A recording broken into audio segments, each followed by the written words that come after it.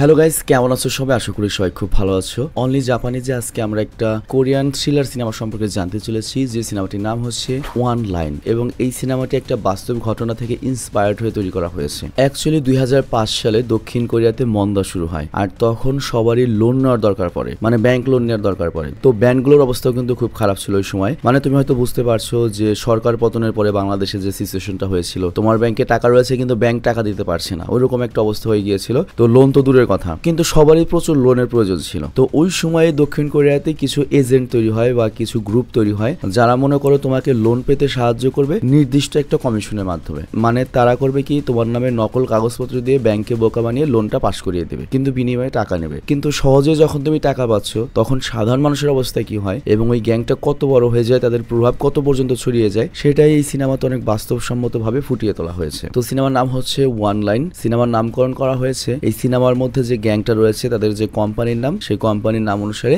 এবং আশা করছি এই সিনেমাটি তোমাদের সবার ভালো লাগবে। তো বাড়তি কোনো কথা না বললে চলো আমরা একটা ছোট্ট ব্রেক নিয়ে মূল ভিডিওতে যাই। এবং তুমি যদি ব্রেকটা স্কিপ করতে চাও, কাইন্ডলি যাবে ডিসক্রিপশন, ওখান থেকে ডুরাশনে ক্লিক করে মূল ভিডিওতে চলে যাবে, কোনো সমস্যা নেই। হ্যালো গাইস, তোমরা কি বোরিং ফিল করছো? কিছু ফান দরকার? সো আমরা আজকে এমন একটা অ্যাপ সম্পর্কে জানতে চলেছি যেটা মোস্ট ট্রাস্টেড বুক মেকার, এবং এখানে অনেক ফান রয়েছে, এর সাথে অনেক প্রাইজ জেতারও সুযোগ রয়েছে। এবং এখানে তুমি যে কোনো ম্যাচের লাইভ রেজাল্ট দেখতে পারবে এবং ম্যাচ লাইভ দেখতে পারবে, এবং এর সাথে তুমি স্কোরও প্রেডিক্ট করতে পারবে। ফর এক্সাম্পল, কোন টিম জিতবে, কত রান করবে, কি স্কোর করবে। আর এখানে চান্স রয়েছে BMW কার জেতার, আইফোন, ল্যাপটপ, এছাড়া অনেক প্রাইজ রয়েছে। আর হ্যাঁ, PSG এবং সেরিয়ার কিন্তু স্পন্সর করেছে এই কোম্পানি, তো এখানে কোনো সন্দেহের কিছু নেই। আর তাছাড়া এখানে নতুন কিছু গেম এসেছে, যেমন ক্র্যাশ এবং নিউ চিকেন রোড গেম, যেখানে ইজিলি গেম খেলে জেতা পসিবল। আর এখানে রেজিস্ট্রেশনের জন্য আমাদের যে প্রোমো কোডটা রয়েছে, যেটা স্ক্রিনে দেখানো হয়েছে, এটা ইউজ করলে 12,000 টাকা পর্যন্ত তুমি ফি পেতে পারো। এর সাথে ফ্রি স্পিনে পাবে তুমি তোমার ফার্স্ট ডিপোজিটে, এবং তুমি ইজিলি এখান থেকে উইথড্র করতে পারবে পেটিএম, ব্যাংক, বিকাশ, ক্যাশ, রকেট এবং আদার ইজি মেথডে। তো আর দেরি না করে আমাদের যে পিন কমেন্ট রয়েছে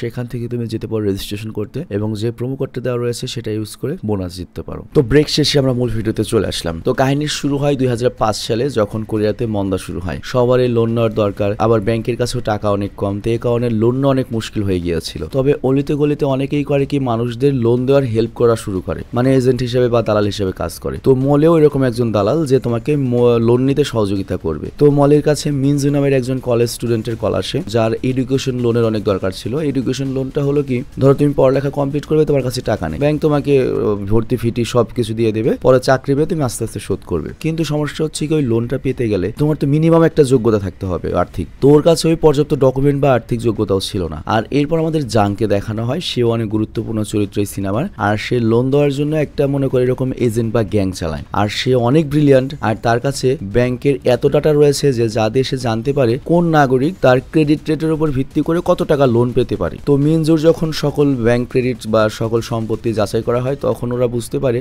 যে ওর ক্রেডিট রেটিং আসে হচ্ছে মাত্র 3। তো সেজন্য সে সর্বোচ্চ $10,000 লোন পেতে পারে, কিন্তু ওর দরকার তো $30,000, আর যেটা একেবারে ইম্পসিবল। তো এই জন্য জ্যাং এর গ্রুপ করে কি, মিনজুকে ওর বায়োডাটা এবং গেট আপটাই চেঞ্জ করতে হবে এটা জানিয়ে দেয়। এবং তারা মিনজুকে বলে, তুমি লোন তো পাবে, তবে এর জন্য আমাদের একটু 2 নম্বরই করতে হবে, সেটা হচ্ছে তোমাকে আমরা একটা ইয়ং ফ্যাশন উদ্যোক্তা বানাবো, এবং আমরা বলবো যে তুমি অমুক একটা টেক্সটাইলের কর্মচারী, রেগুলার এত টাকা বেতন পাও। তো সেই হিসেবে ওরা করে কি, সকল নকল অ্যাপয়েন্টমেন্ট লেটার সাথে নকল স্যালারি শিট বানায়, আর এরপর সবকিছু নকল কাগজপত্র নিয়ে মিনজু যায় হচ্ছে ব্যাংকে। তো তখন ব্যাংকের যে অফিসার, সে করে কি, ওই সার্টিফিকেটের সত্যতা যাচাই করে, এবং যে টেক্সটাইল কোম্পানিতে চাকরি করে সেই টেক্সটাইল কোম্পানির যে তোমার হেল্পলাইন রয়েছে সেখানে কল দেয়। আর ওই ফোনটা তো জাংই ধরে রেখেছে, দেখতেই পাচ্ছ কত মোবাইল। তো জাং ধরে বলে দেয় যে হ্যাঁ, মিনজু আমাদের কোম্পানিতেই কাজ করে, ওকে আপনারা লোন দিয়ে দিন, সমস্যা নেই, মাসে এত টাকা বেতন পায়। তবে এখানে লক্ষ্য, মিনজু কিন্তু এডুকেশনাল লোনের জন্য গিয়েছিল, কিন্তু এডুকেশনাল লোন পাচ্ছে না। ও লোনটা নিচ্ছে কোন ভাবে, যে আমি একটা নতুন উদ্যোক্তা, দোকান দিচ্ছি সেই হিসাবে। তবে মিনজু এখানে অনেক চালাক, সেও করে কি, ওই ফিমেল যে তোমার অফিসার ছিল তার অনেক চেহারার প্রশংসা করতে থাকে, এবং বলতে শুরু করে,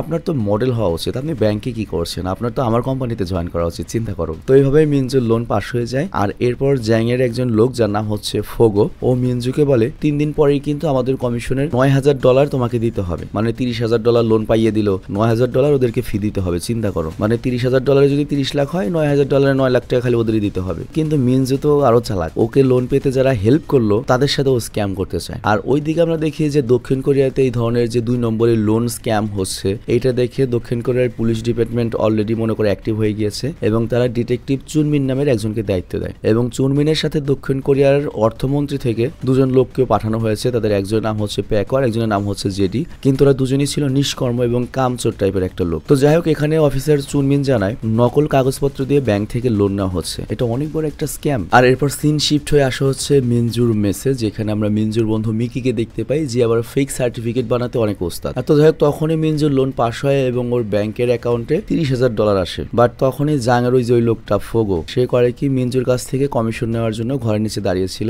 কিন্তু মিনজু ওকে $9,000 দিতে চায় না। তো সে করে কি নগদ ওর $30,000 ওর বন্ধু মিকির অ্যাকাউন্টে ট্রান্সফার করে, আর ফোগোকে এটিএম বুথে গিয়ে ওর নিজের ব্যালেন্স 0 দেখায় এবং বলে ব্যাংকে থেকে এখনো তো টাকা আসেনি। তো ফোগো তখন করে কি মিনজুকে ব্যাংকে কল দিতে বলে, আর মিনজু যখন কল করে তখন ওকে বলা হয় যে তোমার লোন তো রিজেক্ট হয়ে গিয়েছে। তো এরপর ফোগো করে কি মিনজুর কাছ থেকে ফোন নিয়ে নিজে কথা বলে, কিন্তু তাও জানতে পারে যে না, লোন রিজেক্ট হয়ে গিয়েছে। অ্যাকচুয়ালি মিনজু এখানে কোনো ব্যাংকে নয়, সে তার বান্ধবী উইনিকে কল করেছিল, আর এইটা মিনজুর প্ল্যানের মধ্যে অন্তর্ভুক্ত ছিল। মানে যে প্ল্যানে ওরা ব্যাংক লোন পাস করিয়েছে সেই প্ল্যানেও করেছিল কি ওদেরকে বোকা বানালো। এবং এখানে মিনজুর বান্ধবী উইনি ব্যাংকের অফিসার সেজে বলে আমাদের ম্যানেজমেন্ট ওর লোন রিজেক্ট করে দিয়েছে, এতে আমরা কিছুই করতে পারবো না, সরি। আর এখানে আমরা জানতে পারি উইনিও কিন্তু অনেক বড় একটা ফ্রড মেয়ে। সে মূলত করে কি মিকিকে দিয়ে রোলেক্স ঘড়ির ফেক সার্টিফিকেট বানায় এবং সেগুলো করে কি অনলাইনে অনেক বেশি দামে বিক্রি করে। $100 ঘড়ি কিনে $2,000 $3,000 বিক্রি করে। আর তাছাড়া পতিতাগিরি বা টাকা পয়সা যে কোনো ভাবে ইনকাম করা যাও করবে। তো এরপর সে মিনজুকে বলে তোমার এই $30,000 যদি আমার বিজনেসে ইনভেস্ট করো তাহলে কিন্তু 20 গুণ আমি প্রফিট করে দিতে পারবো। তো মিনজু আবার কম্পিউটার সায়েন্স নিয়ে পড়াশোনা করে, তো করে কি উইনির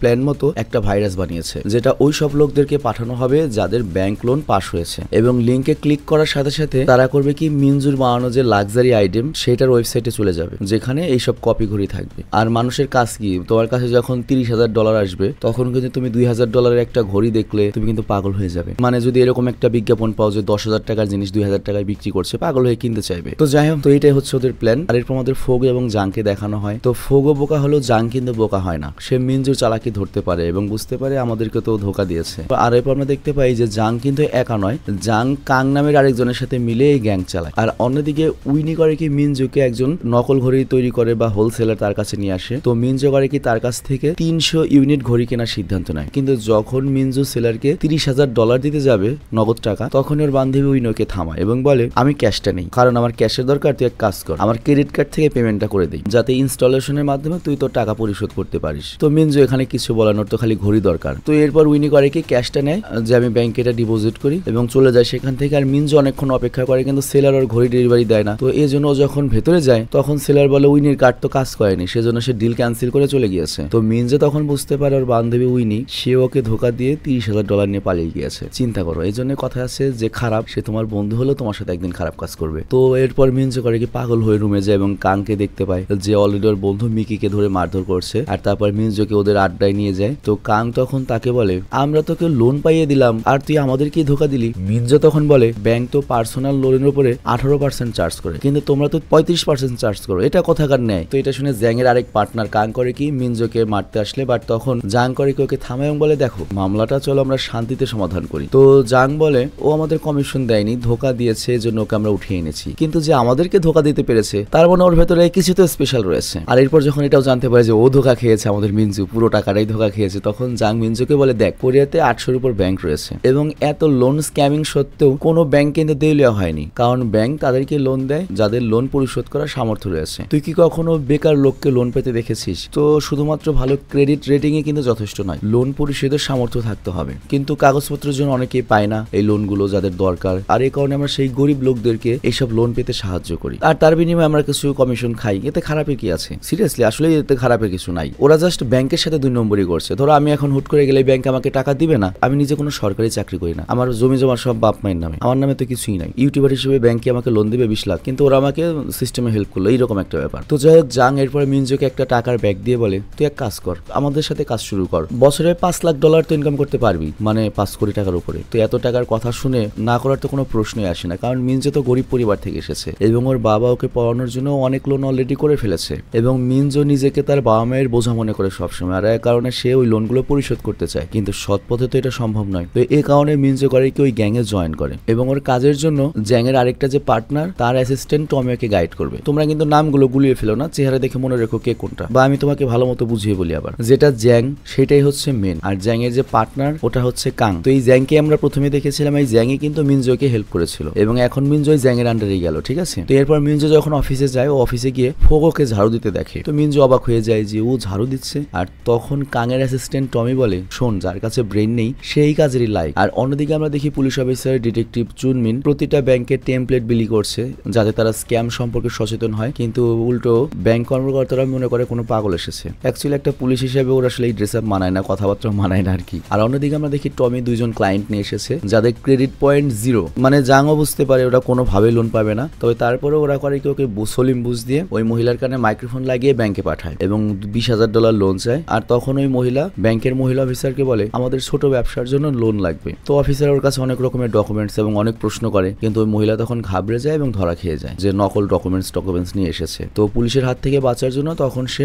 জাংয়ের নাম বলে দেয়। আর জাংও এটা ধরা খেয়ে করে কি ওর অফিসটা সরানোর সিদ্ধান্ত নেয়। আবার ওইদিকে টমি তো কাঙের অ্যাসিস্ট্যান্ট, তো এই জন্য জাং কারিকর পার্টনার কাংকে বলে, তোমার অ্যাসিস্ট্যান্ট কোনো কাজের নয়, তারপর তোমার অ্যাসিস্ট্যান্ট একটা চোর। মানে হিডেন ক্যামেরায় ধরা পড়েছে যে টমি জাংয়ের যে পার্সোনাল ব্যাংকের ডেটা বইটা যেখানে সকল ধরনের ব্যাংকের তথ্য রয়েছে সেটা চুরি করতে গিয়ে ধরা পড়েছে। তো কাং এটা শুনে টমিকে অনেক মারধর করে, কিন্তু ওর তখন নজর থাকে মিনজোর দিকে, কারণ মিনজো এখন জাংয়ের লোক হয়ে গিয়েছে। তো কাংও চাই মিনজো কোনো ভুল করুক যাতে জাংকেও কথা শোনাতে পারে, কিন্তু মিনজো তো অনেক চালাক। তো যাই হোক, এই জাং কিন্তু 2 নম্বরই করে, কিন্তু ওর কিছু নিয়ম আছে। নিয়মগুলো হচ্ছে ও কখনো কারো বাড়ি, গাড়ি বা লাইফ ইন্স্যুরেন্স বন্ধক রেখে লোন করিয়ে দেয় না, কারণ এগুলোকে ডার্টি লোন বলে। কারণ এই 3টা জিনিস ব্যাংকে আটকে রেখে যদি কেউ লোন করে এবং যদি একটা খিস খেয়ে যায়, লাস্টে তার করতে হবে, হয় ঘর হারাবে, নয়তো গাড়ি হারাবে, নয়তো লাস্টে সেট করবে। তো এই জন্য এই ধরনের কাজগুলো করেন। আর অন্যদিকে সেই ধরা খাওয়া মহিলার কাছ থেকে ইনফরমেশন নিয়ে ডিটেকটিভ চুনমিন এবং অর্থমন্ত্রীর 2 জন লোক প্যাকো এবং জেডি করে কি জাংয়ের পুরাতন ঠিকানায় যায়, কিন্তু সেখানে গিয়ে তাদেরকে খালি হাতে ফিরতে হয়। কিন্তু তারা এটা জানতে পারে যে জাংয়ের গ্যাংয়ে মিনজো নামের একটা ছেলে কাজ করে, যে একজন কলেজ স্টুডেন্ট। আর অন্যদিকে মিনজো করে কি ফোগোর সাথে ফ্রেন্ডশিপ করে এবং বলে, আমার কাছে ব্রেন আছে আর তোমার আছে বডি আর শক্তি, আমরা দুজনে মিলে অনেক ভালো টিম হবো এবং তোমার আন্ডারে একদিন লোক আসবে। তো এরপর একদিন মিনজো একটা বারে যায় এবং সেখানে গিয়ে উইনিকে দেখতে পায়। সে করে কি হোটেলে যেসব লোকজন আসে অনেক ধনী, তাদের ড্রিঙ্কসে নেশার ওষুধ মিশিয়ে মনে করো সেক্স টেপ রেকর্ড করে টাকা পয়সা নেয় আর কি। তো যখন সামনাসামনি হয়ে যায় তখন মিনজো উইনিকে জিজ্ঞাসা করে, তুই আমার টাকা নিয়ে পালিয়েছিস, তারপরেও তুই এত চুপচাপ শান্ত রয়েছিস, মনে হয় কিছুই হয়নি। উনি তখন বলে, তোমার টাকা তো আমি সব খরচ করে ফেলেছি, বলো এখন তুমি আমাকে কি করবে? আমার কাছে তো তোমাকে দেওয়ার মতো কোনো টাকা নেই, আর তাছাড়া আমার প্রতিও তো তোমার কোনো ইন্টারেস্ট নেই, তাহলে বিছানায় শুয়ে তোমার $30,000 শোধ করে দিতাম। মিনজো তখন বলে, তোর দেহ $30,000 যোগ্য না। তো যাই হোক, এখানে আর কথা ওরা বাড়ায় না, কারণ ওখানে উইনি রয়েছে একটা কোম্পানির আন্ডারে, উল্টো মিনজো মার খাবে। তো এরপর মিনজো আসে ফোগোর কাছে এবং সে ফোগোকে বলে, মানুষকে ভয় দেখিয়ে টাকা উসুল করা যায় না, তাদের সাথে বন্ধুত্ব করো। এবং এরপর মিনজো ফোগোকে কমিশন কালেক্ট করার জন্য একজন ক্লায়েন্টের কাছে নিয়ে যায় এবং দুজনে মিলে মিষ্টি মিষ্টি কথা বলে ক্লায়েন্টের কাছ থেকে কমিশন নেয় এবং টাকা উসুল করে। মানে বুঝতেই পারছো যে লোন করিয়ে দিয়েছে, ওইটার কমিশন আর কি নিয়ে আসলো। তো মিনজোর এরকম রিকভারি ট্যালেন্ট দেখে জাংয়ের যে পার্টনার কাং সারপ্রাইজড হয়ে যায়, আর কাংয়ের অ্যাসিস্ট্যান্ট টমি ওকে জেলাস ফিল করা শুরু করে। আর এই সাকসেসের ফলে মিনজোর কনফিডেন্স লেভেল এত বেড়ে যায় যে সে মাঝে মাঝে জাংয়ের যে পার্টনার কাংকেও করা জবাব দিতে শুরু করে। তো যাই হোক, এরপর একদিন বিকেলে কাং জাংকে একটা রেস্টুরেন্টে নিয়ে যায় আর তাকে বলে, আমাদের অনেক বড় একটা সুযোগ রয়েছে, 3টা ব্যাংকের ভাইস প্রেসিডেন্ট একটা ব্যাংকে কিনতে চলেছে। তো আমরা যদি সেখানেও কিছু টাকা ইনভেস্ট করি, ক্যাপিটাল ইনভেস্ট করি, তাহলে আমাদের ওই ব্যাংকের ডিরেক্টর প্যানেলে জায়গা দেওয়া হবে, আর তখন আমরা যে কাউকে ভেতর থেকে লোন অ্যাপ্রুভ করে দিতে পারবো। কিন্তু এখানে জাং খুবই ইম্পর্টেন্ট একটা কথা বলে, সেটা হচ্ছে, দেখো ভাই, আমি ব্যাংকিং বিজনেসে মোটো ইন্টারেস্টেড না। বাট কাং তখন বলে, আমরা কতদিন এই চুরি করতে থাকবো? আমরা টাকা কামিয়েছি, এখন আমাদের সম্মান কামানোর সময়, আমাদের স্ট্যাটাস কামানোর সময়। বাট জাং বলে, দেখো, যে মানুষ যে কাজটা এক্সপার্ট তার ওইটাই করা উচিত। তো এই জন্য সে কাংয়ের প্রস্তাবটা রিজেক্ট করে দেয়। আর এই যে এখানে জাং যে একটা কথা বলেছে, যে যেটা এক্সপার্ট তার ওইটাই করা উচিত, আসলেই তাই। ধরো আমি তোমাদের এন্টারটেইন করতে এক্সপার্ট, এখন আমি যদি মনে করো রাজনীতিতে ঢুকি বা অন্য কোনোটাই যাই, সেখানে কিন্তু আমি পারবো না, উল্টা মান সম্মান যাবে, এরকম একটা ব্যাপার। আর অন্যদিকে মিনজোর ফ্রেন্ড কিন্তু নকল পেন্টিং বানিয়েও বিক্রি করতো,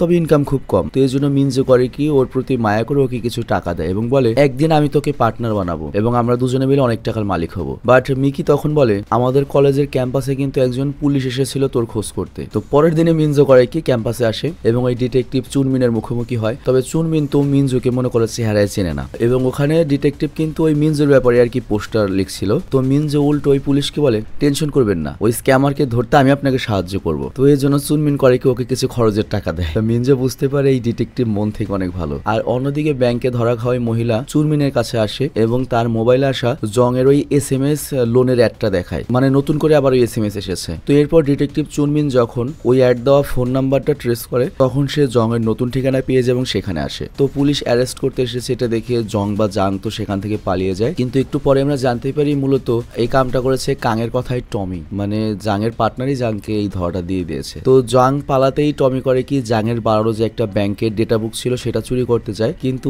মিনজো ওটা নিয়ে পালিয়ে যেতে লাগে। কিন্তু রাস্তায় কাং তখন মিনজোকে ধরে এবং সেই ডেটা বুকটা নিয়ে নেয়। কিন্তু তারপরেও জাং আর মিনজো করে কি চুনমিনের কাছ থেকে গাড়ি করে পালিয়ে যেতে সামর্থ্য হয়। আর জাং তখন সিদ্ধান্ত নেয় সে কয়েক মাসের জন্য আন্ডারগ্রাউন্ড হয়ে যাবে। বাট মিনজো বলে আমি এই ব্যাংক লোনের বিজনেসটা কন্টিনিউ রাখতে চাই। তো তখন জাং করে কি তার গাড়িতে লুকিয়ে রাখা আসল ব্যাংকের ডেটা বুকটা দেয়। অ্যাকচুয়ালি কাংরা যেটা নিয়ে গিয়েছে ওটা নকল ছিল, মানে চোরের উপর বাটপারি। তো যাই হোক জাং তখন মিনজোকে পরামর্শ দেয় যাই করিস না কেন ডার্টি লোন কিন্তু কাউকে দিবি না, যে লোনে কারো জীবন নষ্ট হবে ওই লোন কিন্তু কাউকে করে দিস না। তো যাই হোক এরপর মিনজো এখন নিজে বস হয়ে গিয়েছে আর এই কারণে সে করে একটা টিম বানায় যেটাতে সে ফগো, সিনেমার শুরুতে যে আমরা একটা মহিলা দেখেছিলাম মলি, যার কাছে মিনজো প্রথমে গিয়েছিল সেই মলিকে নেয় এবং ওর বন্ধু মিকিকে নেয় এবং সবাই এখানে বরাবর পার্টনার। আর যেহেতু কম্পিউটারের যুগ এখানে ওরা করে কি জাঙের যে ব্যাংক ডেটা বুকটা ছিল সেটা কম্পিউটারে এক্সেল ফাইল বানায় এবং একটা পেন ড্রাইভে সেভ করে রাখে। আর মলির কাছে আরো 20,000 লোকের ডাটা রয়েছে যারা লোন নিতে চায়। তো মিনজো তাদেরকে করে কি অনলাইন ভাইরাসের লিঙ্ক পাঠিয়ে দেয় যাতে অটোমেটিক্যালি ওদের ওয়েবসাইটে এসে রেজিস্টার করে এবং ওদের কোম্পানির নাম রাখে হচ্ছে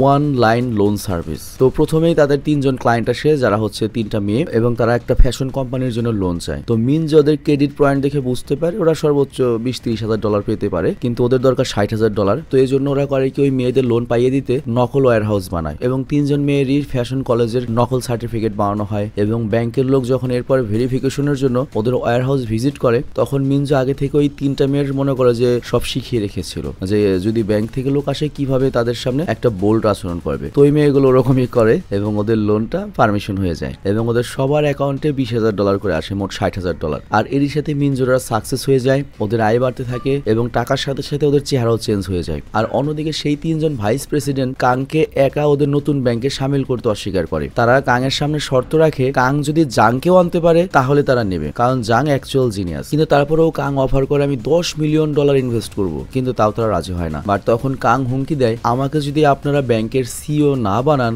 তা না হলে আমি সন্ত্রাসী ধরে আপনাদেরকে মেরে ফেলবো। তবে তারপরেও তারা ভয় পায় না, কাংকে না করে দেয়। আর তারপর কাং করে কি ডার্টি লোনের বিজনেস শুরু করে। তো ডার্টি লোনের বিজনেসটা কেমন, তো এখানে ওরা করে কি ধরো আমার লোন দরকার, তো আমাকে তো নর্মালি লোন দেবে না, আমাকে দেখানো হবে কি যে আমার একটা গাড়ি আছে, কিন্তু আমার তো গাড়িও নেই। তো এই জন্য ওরা করে কি ইম্পোর্টেড যে BMW টেবলু গাড়ি আছে সেগুলোকে একবার নতুন গাড়ি বানায়, মানে নতুন দেখায়, তারপর করে ধরো আমাকে লোন করে ওই গাড়িটা কেনাবে, তারপর আবার ওই গাড়ি দেখিয়ে আবার বড় লোন করাবে। চিন্তা করো। এবং শুধু এটাই নয়, একটা গাড়ি দিয়ে মনে করো 10-15 জনকে মালিক বানানো হয়, মানে নাম্বার প্লেট চেঞ্জ করে বা কাগজ চেঞ্জ করে মনে করো 10-15 জন কাস্টমারকে একই গাড়ি দিয়ে 10টা-12টা করে লোন করিয়ে দেওয়া হয়। তো এরপরে কি হয়, ওই কাস্টমারদের গাড়িও তো নেই, আবার ওই গাড়ির লোনের টাকাও, আর মনে করো তোমার ব্যাংক থেকে যে লোন নিয়েছে ওই গাড়ি দেখিয়ে সেটার টাকা ওদেরকে ভরতে হয়। আর শুধুমাত্র তাই নয়, জমি জমা দিয়েও যে লোনগুলো করা হয় সেগুলোকেই ডার্টি লোন বলে আর কি। তো যাই হোক কাং তখন টমিকে বলে শোন সব টাকাই ডার্টি, আর ডার্টি জিনিস মানুষ ভালোবাসে, আর টাকা যেহেতু ডার্টি তাহলে মানুষ টাকাকে ভালোবাসবেই, সেটা কিভাবে আসলে সেটা বড় কথা নয়। তো যাই হোক যেভাবে গাড়ি দিয়ে মানুষকে ঠকানো হয়েছে এইভাবে ওরা করে কি বাড়ি দিয়েও মানুষকে ঠকাতে শুরু করে। অ্যাকচুয়ালি ওরা সেম একই স্টাইলে একটা বাড়ি ধরো ওরা কিনেছে, যাদের লোন দরকার তাদেরকে এনে, মানে একটু বড় লোন যাদের দরকার, ওই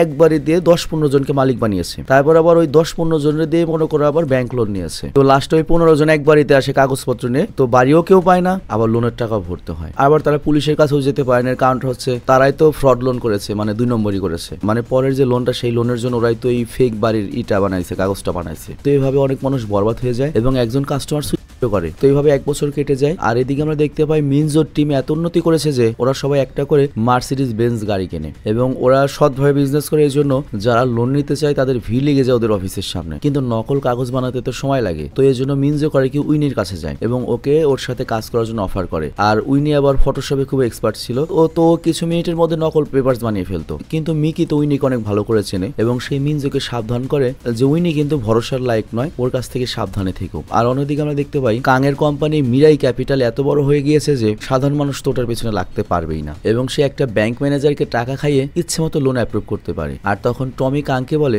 বস আমাদের মার্কেটের অনেক ক্লায়েন্ট তো মিনজো ইদানিং চুরি করছে, মানে এখন ওরা মিনজোর পেছনে লাগবে আর কি। আবার এদিকে মিনজো তার কামাই করা টাকা ফোগোর মাধ্যমে বক্সে করে তার বাবা মার কাছে পাঠায়, কিন্তু এত টাকা দেখে ওর মা বুঝতে পারে যে তার ছেলে তো অবশ্যই ভুল পথে টাকা অর্জন করছে। আবার তখনই চুনমিন মিনজোকে অ্যারেস্ট করতে ওর বাবা মার ঘরে আসে, কিন্তু মিনজো তাদেরকে বোকা বানিয়ে সেখান থেকে পালিয়ে যায়। এবং উল্টো পুলিশ করে কি চুনমেনকেই গ্রেপ্তার করে, মানে অন্যের বাড়িতে অবৈধভাবে ঢুকেছে এই জন্য গ্রেপ্তার করে। তো অর্থমন্ত্রীর লোক তখন চুনমেনকে ছাড়িয়ে নিয়ে আসে এবং বলে তুমি বিনা ওয়ারেন্টে কারো বাড়ি গিয়ে কাউকে তো অ্যারেস্ট করতে পারো না। কিন্তু চুনমেন উল্টো ওদের দুজনের উপর চড়াও হয় এবং বলে তোমরা দুজন কোনো কাজের নয়, বসে বসে খালি গভর্নমেন্টের বেতন খাচ্ছ, ওয়ারেন্ট বের করা তোমাদের কাজ ছিল। তো এটা শুনে ওরা দুজন চুপ হয়ে যায়। আবার এইদিকে মিডিয়া ওই ব্যাংক স্ক্যামিং এর জন্য পুলিশকে দোষারোপ করা শুরু করেছে, আর এই কারণে পুলিশ ডিপার্টমেন্ট এই কেসটাকে ফাস্ট ট্র্যাকে আনার সিদ্ধান্ত নেয়, মানে দ্রুত শেষ করবে। এবং এই স্ক্যামের কারণে কেন্দ্রীয় যে ব্যাংক রয়েছে তারা সকল ব্যাংকে পার্সোনাল এবং বিজনেস লোন দিতে নিষেধ করে দেয়। আর এর প্রভাব কিন্তু মিনজোর বিজনেসে এবং ওই যে তোমার কি বলে কাঙের বিজনেসও পড়বে। কিন্তু তখন উইনি বলে এখনো তো সিকিউরিটি লোনের অপশন বাকি রয়েছে।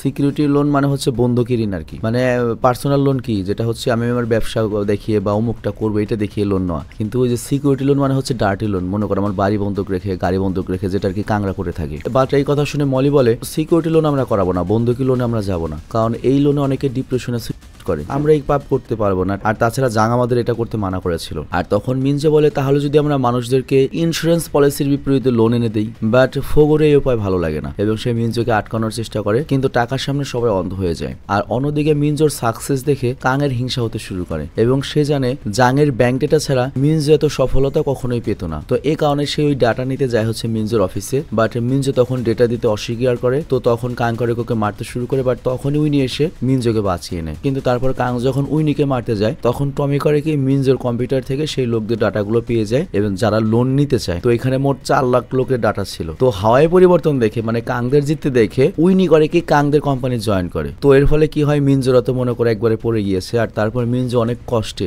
জাংয়ের গোপন ঠিকানা জোগাড় করে এবং তার কাছে যায়, মানে পুরনো বসের কাছে, এবং দেখতে পায় জাং হয়তো আন্ডারগ্রাউন্ডে রয়েছে কিন্তু এখনো তার কাছে $1 মিলিয়ন রয়েছে। তো মিনজো এখানে জাংকে এজ এ বস হিসেবে পার্টনার হিসেবে কথা বলে যে আমরা চাইলে কিন্তু এখনো একসাথে কাজ করতে পারি। বাট জাং এখানে একটা শর্ত রাখে, সেটা হচ্ছে তুমি এ পর্যন্ত যত টাকা উপার্জন করেছো তার মধ্যে যদি তুমি আমাকে 30% দাও তাহলে আমি তোমার সাথে কাজ করব, কারণ তুমি এই সব টাকা তো কামিয়েছো আমার ব্যাংক ডেটা বুকের উপর ভিত্তি করেই। আর তুমি কি জানো যদিও ব্যাংক পার্সোনাল লোন দেওয়া বন্ধ করে দিয়েছে, তবে তবুও আমার কাছে এমন কিছু ব্যাংকের লিস্ট রয়েছে যারা এখনো পার্সোনাল লোন দেয়। তো মিনজো তো এই কথা শুনে মিনজো করে কি জাংয়ের সাথে হাত মিলায়। আর পরের দিন রাতে জাংয়ের কাছে সেই সোর্স আসে যে এখনো পর্যন্ত তাকে ব্যাংকের সকল ডেটা দিয়ে যাচ্ছে, আর সে হচ্ছে ন্যাশনাল ব্যাংকের একজন ভাইস প্রেসিডেন্ট যার নাম গোডি। তো যাই হোক সে করে কি ব্যাংক ডেটার নতুন লিস্ট জাংকে দেয়। অ্যাকচুয়ালি গোডি জাংকে অনেক ভরসা করে। তো গোডি এখানে মিনজোকে বলে আমি জাংয়ের সাথে এজন্যই কাজ করি কারণ জাং ফ্রড করে কিন্তু লিগ্যাল ভাবে করে, কারো ক্ষতি করে না। আর অন্যদিকে আমরা দেখি ডোজি নামের একটা ছেলে লোন পাস হয় যেটা কাংরা করিয়েছে। তো কমিশনের জন্য তখন টমি ওর কাছে যায় কিন্তু ডোজি তখন ওই টাকা দিতে অস্বীকার করে, আর তখন টমি করে কি ওই গাড়ি সহ ওকে পুড়িয়ে দেয়। আর অন্যদিকে কাঙের মাথায় হ্যান্ডবিট ব্যাংক নামের একটা ব্যাংকে কিনে ওটার সিও হওয়ার চিন্তা মাথায় আসে। আর অন্যদিকে মিনজো জাংকে তার সিক্রেট অফিসে নিয়ে যায় এবং জাংকে ব্যাংক ডাটা দেখায়। আর সে জাংকে বলে তার কাছে 4 লাখ লোকের ডাটা রয়েছে, কিন্তু ওগুলো যখন এক্সেস করতে যায় দেখতে পায় যে টমি তো চুরি করে ফেলেছে। তবে তারপরে মিনজো বলে আমার কাছে এমন কিছু ক্লায়েন্ট রয়েছে যারা নতুন এবং তারা ইন্স্যুরেন্স পলিসির বিপরীতে লোন নিতে চায়। ইন্স্যুরেন্স পলিসিটা কি, ধরো অনেকে জীবন বীমা করতো, ধরো তোমার বাবা তোমার জন্মের পর থেকে 12 বছর পর্যন্ত বিমায় প্রিমিয়াম দিয়ে আসছে, তো এই বিমার তো এককালীন তুমি কিছু টাকা পাবে, সেই টাকার বিপরীতে মনে করো যে তুমি লোন নেবে। বাট এইটা শুনে জাং রেগে যাওয়ার উপরে এবং বলে বেটা ইন্স্যুরেন্স পলিসি হচ্ছে সেই টাকা যা মানুষের ইমার্জেন্সিতে কাজে লাগে, এটা আরো জঘন্য ডার্টি লোন। তো এই কথা বলে জাং যখন সেখান থেকে যেতে লাগে তখনই চুনমিন করে ওকে অ্যারেস্ট করে, কিন্তু মিনজো সেখান থেকে পালাতে সক্ষম হয়। আর এরপর সে যায় হচ্ছে তার মা বাবার বাড়িতে এবং তাদের করুণ অবস্থা দেখে রেগে যায়। আর সে তাদেরকে বলে এত টাকা পাঠানোর পরও তোমরা কেন গরিবের মতো বেঁচে রয়েছো। বাট ওর মা ওকে বলে এইসব টাকা দিয়ে আমি কি করব, যে টাকার মধ্যে গরিবের অভিশাপ লেগে রয়েছে, একটা গরিব যদি অন্য গরিবকে লুটতে থাকে তাহলে তো পৃথিবী শেষ হয়ে যাবে। আর এরপর ওর বাবা বলে এর পরের বার কোনো গরিবকে লুটতে গেলে তার বাবা মার কথা একবার চিন্তা করিস। তবে এখানে লক্ষ্য মিনজো তো কাউকে ফাঁসিয়ে এইভাবে করেনি, সবার উপকারী করেছে, তবে ওর বাবা মা ভুল বুঝছে। আর এইদিকে আমরা দেখি মিনজো টমিকে ফাঁসানোর চিন্তা করে, মানে কাঙের অ্যাসিস্ট্যান্টকে যে ওর ডেটা চুরি করেছে। আর সে করে কি একটা মেয়ের নামে অনলাইন ভাইরাসের লিঙ্ক পাঠায় যার মাধ্যমে সে টমির কম্পিউটারে অ্যাক্সেসও পেয়ে যায়। আর ওই সব কাস্টমার লিস্ট পায় যাদেরকে কাং সার্ভিস দিয়েছে এবং ওর ফ্রডের শিকার হয়েছে। আর তাদের মধ্যে একজনের নাম হচ্ছে ডোজি। তো দেখতেই পাচ্ছ ডোজির মুখ পুড়ে গিয়েছে। তো ওখান থেকেও কাঙের শয়তানি সম্পর্কে জানতে পারে এবং এই লোন পরিশোধ না করতে পারায় ডোজি নিজের বাড়িটাও কাঙের নামে দেওয়ার সিদ্ধান্ত নিয়েছে। মানে কাং যেটা করছে সে সবাইকে ডার্টি লোনে ফাঁসিয়ে উল্টো ওদের সবকিছু নিয়ে নিচ্ছে। আর এইদিকে আমরা দেখি কাঙের কোম্পানি যে হ্যান্ডবিট নামের একটা ব্যাংকে 30 মিলিয়ন দিয়ে টেক ওভার করতে চায়, কিন্তু ওই ব্যাংকের যে ভাইস চেয়ারম্যান যার নাম হচ্ছে গোডি সে কাঙের এই টেক ওভারে রাজি হয় না, কারণ সে বলে যে কাঙের এই টাকাগুলো কই থেকে এসেছে এটা আমাদের জানতে হবে, আর ওর টাকাগুলোর কোনো সাদা টাকা নয়, আর তাছাড়া ওর বায়োডাটা অনেক খারাপ। তো ওর নাম যদি এই ব্যাংকে জড়ায় এই ব্যাংকে সাধারণ মানুষ কিভাবে ভরসা করবে। তবে তারপরেও 30 মিলিয়ন অনেক টাকা, তো এই এই জন্য ব্যাংকের যে অন্য ডিরেক্টররা ছিল তারা কাংকে পরামর্শ দেয় আপনার ডাইরেক্ট পাবলিক হওয়ার দরকার নাই, সিইও হওয়ার দরকার নাই, আপনি পেছন থেকে ব্যাংককে নিয়ন্ত্রণ করেন। তো ওদের কথা শুনে কাংয়ের অনেক রাগ হয়, কারণ কাংয়ের তো এখন স্ট্যাটাস দরকার যে আমি অমুক ব্যাংকের সিইও। আর এই কারণে সে ডাইরেক্টরদের হুমকি দেয় তোরা আমার কাছ থেকে ঘুষ নিয়েছিস, এর প্রমাণ আমার কাছে রয়েছে, যদি আমি সিইও পদেই না থাকি তাহলে আমি মিডিয়াতে তো সবাইকে এক্সপোজ করে দেবো। মানে ওর ভেতরে এখন টাকার পরে এখন পাওয়ারের নেশা চলে এসেছে। আর অন্যদিকে মিনজো করে কি কাংয়ের দ্বিতীয় ভিকটিম তার সাথে দেখা করতে হসপিটালে যায়, যে ইন্স্যুরেন্স পলিসির বিপরীতে লোন নিয়েছিল আর বর্তমানে সে এখন আইসিইউতে রয়েছে। এবং তার মা তাকে বলে ইন্স্যুরেন্সের বিপরীতে আমরা যে লোনটা নিয়েছিলাম আজকের এই বিপদের দিনে সেই টাকা সব কাংয়ের কোম্পানি নিয়ে নিয়েছে, আর এখন আমার মেয়ের চিকিৎসার জন্য কোনো টাকা নেই। তো কিছুক্ষণ পরেই তার মেয়ের মৃত্যু হয়ে যায়, কিন্তু ওর যে শেষকৃত্য অনুষ্ঠান করবে সেই অনুষ্ঠান করার মতো ওর মায়ের কাছে টাকা নেই। বাট মিনজো তখন তাকে সাহায্য করে এবং জানতে পারে জাং কেন এইসব সিকিউরিটি লোনকে ডার্টি লোন বলে। মানে নিজের চোখে আজকে মিনজো বুঝতে পারলো যে এই বন্দুকের ঋণ কত খারাপ। আর অন্যদিকে পুলিশরা জাংকে জিজ্ঞাসাবাদ করে এবং এখানে আমরা জানতে পারি কোন একটা সময় জাং ব্যাংকের টপ অফিসার ছিল এবং সে এমন একটা লোন প্রোগ্রাম বানিয়েছিল যেটা ছোট লোন প্রোগ্রাম, যার মাধ্যমে ওই ব্যাংক 5 বছরে $1 মিলিয়ন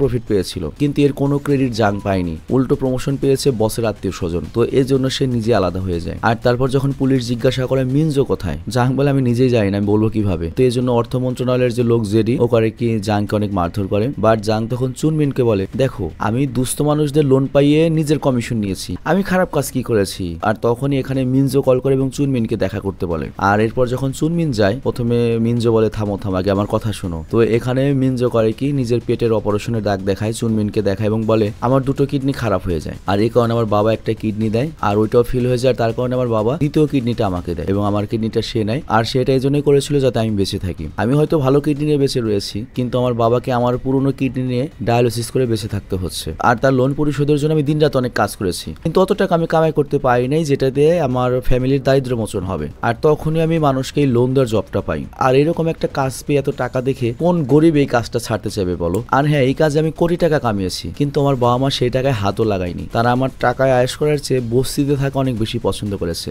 আর এতে আমি শিক্ষা পেয়েছি অন্যের কবরের উপর নিজের মহল দ্বারা করালে অন্তত ভালো মানুষ শান্তিতে থাকতে পারে না। তবে হ্যাঁ, আমি গরিব মানুষদের হেল্পও করেছি এবং তাদের কাছ থেকে কমিশনে নিয়েছি। তো তুমি আমাকে অ্যারেস্ট করতে পারো, কিন্তু সবচেয়ে বড় কথা হচ্ছে এটা দাবার খেলা। আমাদের মতো চুনোপুটিকে মেরে তোমার কি হবে? তোমাকে যদি মারতে হয় তাহলে তো মন্ত্রীকে মারতে হবে, কারণ আমরা তো কারো কোনো ক্ষতি করিনি। কিন্তু যারা মানুষদের ক্ষতি করছে, শেষ করে দিচ্ছে লোনের নামে, তাদেরকে যদি তুমি ধরতে চাও সে পর্যন্ত একমাত্র আমি তোমাকে নিয়ে যেতে পারি, বাট এতে তোমার সাহায্য লাগবে। তো এরপর তারা দুজন অনেক কথা বলে, কি বলে আমাদেরকে বলা হয় না। আর তারপর আমরা দেখি চুনমিন করে কি জাংকে জেলে ট্রান্সফার করার বাহানায় অন দা ওয়ে ওকে পালাতে সাহায্য করে এবং সবার কাছে বানায় যে পালিয়ে গিয়েছে। আর তারপর মিনজো জাংয়ের সাথে দেখা করে এবং বলে কাং এর কোম্পানি লোনের নামে মানুষকে লুটপাট করছে, মানুষকে পথর ফকির বানিয়ে দিচ্ছে এবং সেই টাকায় সে বিশাল কোম্পানি তৈরি করেছে এবং হ্যান্ডবিট নামের একটা ব্যাংক কিনতে যাচ্ছে, কিন্তু শুধুমাত্র তোমার লোক গডির রিজেকশনের কারণে ওর মামলাটা আটকে রয়েছে। এবং কাং যেসব লোককে পথে বসিয়েছে আমি কাংকে ফকির বানিয়ে সেই টাকা আমি তাদের মধ্যে বিলিয়ে দিতে চাই, আর এই জন্য আমি তোমাকে পাশে চাই। তো জাং রাজি হয়ে যায়। আর তারপর জাং করে কি কাং এর কাছে যায় এবং গডির সাথে ওকে সেটিং করিয়ে দেয়। তো এখানে জাং একটা কথা বলে যে আমিও তো একটা ডার্টি লোন করিয়ে দিয়েছিলাম একজনকে, একটা ফেক চার্নেল হাউস ব্যাংকের কাছে আমি জিম্মি রেখেছিলাম, আর ওইটার কাগজপত্র নকল করে আমি অনেক ব্যাংক থেকে লোন নিতাম, কিন্তু তোর কারণে ওই প্ল্যানটাও তোমার বন্ধ হয়ে গিয়েছে, কারণ ওই চ্যানেলকে আবার তুই কিনে তোর ব্যাংকের মেইন ব্রাঞ্চ বানানোর চিন্তা করছিস, যার জন্য আমার তো $5 মিলিয়ন লস হয়েছে রে। তো তুই আমাকে আমার ক্ষতিপূরণ দে, তাহলে আমি নিজেই তোকে গড়ির কাছে তোকে সিইও বানানোর জন্য প্রস্তাব করব। বিষয়টা হয়তো একটু কমপ্লিকেটেড লাগতে পারে, কিন্তু একটু পরে বুঝতে পারবে। তো কাং এই কথায় রাজি হয়ে যায়। আর চ্যানেল হলো সেই জায়গা যেখানে মানুষকে মৃত্যুর পরে দাহ করা হয় বা তার ছাই রাখা হয় আর কি, তোমার সংরক্ষণ করে। তো যাই হোক, ওরা দুই গ্রুপ এক হয়ে যায়। আর তারপর মিনজো করে কি চ্যানেলের জায়গায় যাদের লোন দরকার তাদের একটা মিটিং রাখে এবং তাদেরকে বলে আপনারা যদি এই চ্যানেলে একটা ছোট ইনভেস্টমেন্ট করেন তাহলে কাং এর পক্ষ থেকে খুব সহজে লোন পাবেন আপনারা। আর ওইদিকে আমরা দেখি চুনমিন অর্থমন্ত্রীর যে লোক জেডি ওকে বলে জাংয়ের থেকে কাংকে ধরা বেশি জরুরি, কারণ কাং হচ্ছে এই ব্যাংকের ভয়ঙ্কর মাফিয়া, একটা ভয়ঙ্কর ভাইরাস। আর এইদিকে আমরা দেখি কাং এর প্ল্যান হচ্ছে এই চ্যানেলকে জিম্মি রেখে গরিব লোকদের ইনভেস্টমেন্ট দেখিয়ে ব্যাংক থেকে লোন নেবে। মানে ব্যাপারটা অনেকটা এরকম, এই চ্যানেল কারো সুপার টুপার করা হবে, মানে 50 কোটি টাকা খরচ করে আরো বিশাল বড় একটা কিছু করা হবে এবং সবাই এখানে শেয়ার কিনছে, এরকম একটা কিছু। তো এদিকে মিনজো তখন জাংকে বলে দুনিয়া কত ডেঞ্জারাস তাই না, কিছু মানুষের কাছে একটা ফালতু পেইন্টিং কেনার জন্য $100 মিলিয়ন রয়েছে, কিন্তু কিছু মানুষ $2000 জন্য মরে যায় বা লোনের জন্য ঘুরে বেড়ায়। আমি এইসব দেখে ডিপ্রেসড হয়ে গিয়েছি, আর এই কাজটা করার পরে কাংকে শাস্তি দেওয়ার পরে আমি সব কাজ ছেড়ে দেবো। তো জাং তখন বলে দেখ, লোনের বোঝা হচ্ছে এমন একটা বোঝা যা মানুষকে ধ্বংস করে দেয়, আর ওপর থেকে আমাদের মতো লোক তাদের কারো দাবিয়ে দেয়। নর্মালি একটা মানুষ যদি লোন না পায় সে হয়তো তাও বেঁচে যাবে, কিন্তু যখন আমরা ওদের লোনটা দিয়ে দিই ওর টাকাগুলো যখন নিয়ে ভালো মতো ইউজ করতে পারে না তখন আরো ধ্বংস হয়ে যায়। আবার এইদিকে কাংয়ের কিন্তু সন্দেহ হয় যে জাং কোনো নতুন চাল চালছে না তো, আর এই কারণে সে জাংয়ের লোক যে মলি নামের ওই মহিলাটাকে কিডন্যাপ করে আর জানতে পারে মিনজো আর জাং পুলিশের হাত থেকে বেঁচে একটা ওয়াচ টাওয়ারের ভেতর লুকিয়ে রয়েছে এবং ওইখানে ওরা কোনো একটা কিছু প্ল্যান করছে। তো এরপর কাঙ্করিকে অর্থমন্ত্রীর লোক প্যাকওয়ার্ড জেডিকে নিয়ে জাং আর মিনজো যে জায়গাতে রয়েছে সেই জায়গার তথ্য দিয়ে দেয় এবং সেখানে গেলে দেখা যায় ফোগো তার লোকজন নিয়ে ওয়ার হাউসের ভেতরে ঢুকতে বাধা দিচ্ছে।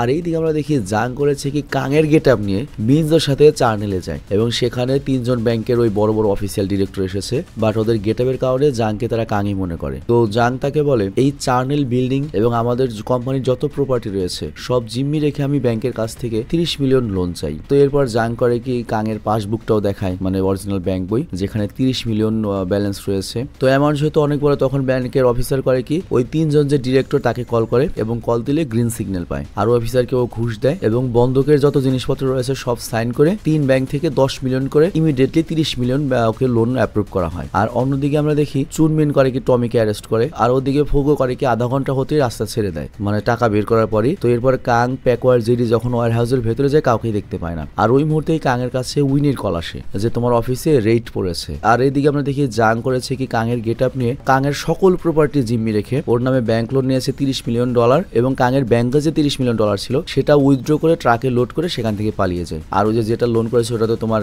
অ্যাকাউন্টে চলে আসবে কিছুক্ষণের মধ্যে। তো এরপর কাং যখন ভাগতে ভাগতে অফিসে আসে সে মিনজোকে দেখতে পায় এবং মিনজোর কাছে আমরা সম্পূর্ণ প্ল্যানটা জানতে পারি। অ্যাকচুয়ালি উইনি এর আগে জেনে শুনে কাঙের কোটের মধ্যে কফি ফেলেছিল আর শার্ট বদলানোর বাহানায় ওকে বিজি করে আর ততক্ষণে উইনি করেছে কি কাঙের ব্যাংকের পাসবুকটা চুরি করে আর নকল পাসবুকটা রেখে দেয় আর ওর ফিঙ্গারপ্রিন্টের কপি বানিয়ে মিকিকে ফ্যাক্স করে। মিকি হুবহু ওরকম একটা মোল্ড বানায় আর তারপর উইনি করে কি কফিতে নেশার ওষুধ মিশিয়ে ডিরেক্টরদেরকে অজ্ঞান করে দেয় এবং তাদের ফোন চুরি করে। তো এই কারণে যখন ওই অফিসার ব্যাংকের অফিসার কল করেছিল ওই 3 ডিরেক্টরকে অ্যাপ্রুভাল নেওয়ার জন্য ওই ফোনটা গোডিই ধরেছিল এবং এখানে জাং মিনজো উইনি এবং ওই যে তোমার ভাইস প্রেসিডেন্ট গোডি তারা সবাই মিলে এগুলো করেছে এবং ওর যে প্রপার্টি ছিল কাঙের সকল প্রপার্টির দলিলপত্র চুরি করেছে আর ওই কাগজপত্রগুলোই মূলত ব্যাংকে বন্ধক রাখা হয়েছে। তো এরপর মিনজো কাংকে বলে তোমার যা কিছু আছে সব মিলিয়ে $30 মিলিয়ন লোন উঠানো হয়েছে এবং তোমার অ্যাকাউন্টের টাকা আমরা নিয়ে নিয়েছি। তো তুমি কি এখন বুঝতে পারছো যে মানুষকে তুমি এরকম করে মানুষের টাকা নিয়ে তাদের হুদাই লোনটাই জড়িয়ে দিয়েছো, মানুষের টাকা তুমি নিয়ে নিয়েছো কিন্তু তার বাড়ির লোনটা তার উপর ঘাড়ে দিয়ে দিয়েছো। তো এখন তোমার কেমন লাগছে, তুমি এখন বুঝবে যে লোনের বোঝা কত কষ্টকর। তো কাং তখন রেগে করে কি মিনজোকে মারার চেষ্টা করে, বাট তখনই এখানে চুনমিন এসে করে কি কাংকে গ্রেপ্তার করে। কিন্তু তারপর কাং করে কি ওকে ধোকা দিয়ে পালাতে লাগলে মিনজো করে কি ওর গাড়িতে ওকে আটকায় এবং শেষ পর্যন্ত ওকে অ্যারেস্ট করা হয়। আর এরপর কাং মিনজোকে হুমকি দিতে থাকে জেল থেকে বের হলে তোকে আমি শেষ করে ফেলবো, বাট মিনজো বলে কমপক্ষে 20 বছরের জেল তো হবেই, বুড়া বয়সে বাইরে এসে কি প্রতিশোধ নেবে, তখন তো দাঁড়াবেই না, দাঁড়াতেই পারবে না। তো এই কথার সময় তখন চুনমিন মিনজোকে বলে বেটা তোরও অ্যারেস্ট করতে হবে এদিকে, বাট তখনই আমরা দেখতে পাই সে জাং এর গাড়িতে করে পালিয়ে যায়। তো যাই হোক চুনমিন ওদেরকে অনেক ফলো করে কিন্তু তারপরেও ওরা ধোকা দিতে সামর্থ্য এবং পালিয়ে যায়। আর এইদিকে কাঙের 20 বছরের জেল হয় এবং ওই $30 মিলিয়ন এত দ্রুত পাস করানোর জন্য ওই 3 ডিরেক্টরেরও শাস্তি হয়। আর এরপর আমরা দেখি ব্যাংকের টাকা এবং কাঙের টাকা মিনজো করে কি কাঙের যে ভিকটিম যাদেরকে ফকির বানিয়ে ধনী হয়েছে সবাই মধ্যে ভাগ করে দেয় এবং সবাই $20 লাখ করে ভাগে পেয়েছে এবং জাং নিজের হাতে যায় ওই ক্ষতিগ্রস্ত মানুষদের টাকাগুলো ভাগ করে দিতে। আর এখানে এই সিনেমাটি শেষ হয়ে যায়। আমি জানি সিনেমাটি বোঝা খুবই কমপ্লিকেটেড ছিল কারণ ব্যাংকিং এর ব্যাপারটা আমরা খুব কম বুঝি আমরা যারা ব্যাংকিং এর ছাত্র নই, তবে তারপর আমি মোটামুটি আশা করি তোমরা আন্দাজ করতে পেরেছো। তো আমি বিদায় নিচ্ছি আজকের মতো, ভালো থেকো সুস্থ থেকো, টেক কেয়ার, বাই বাই।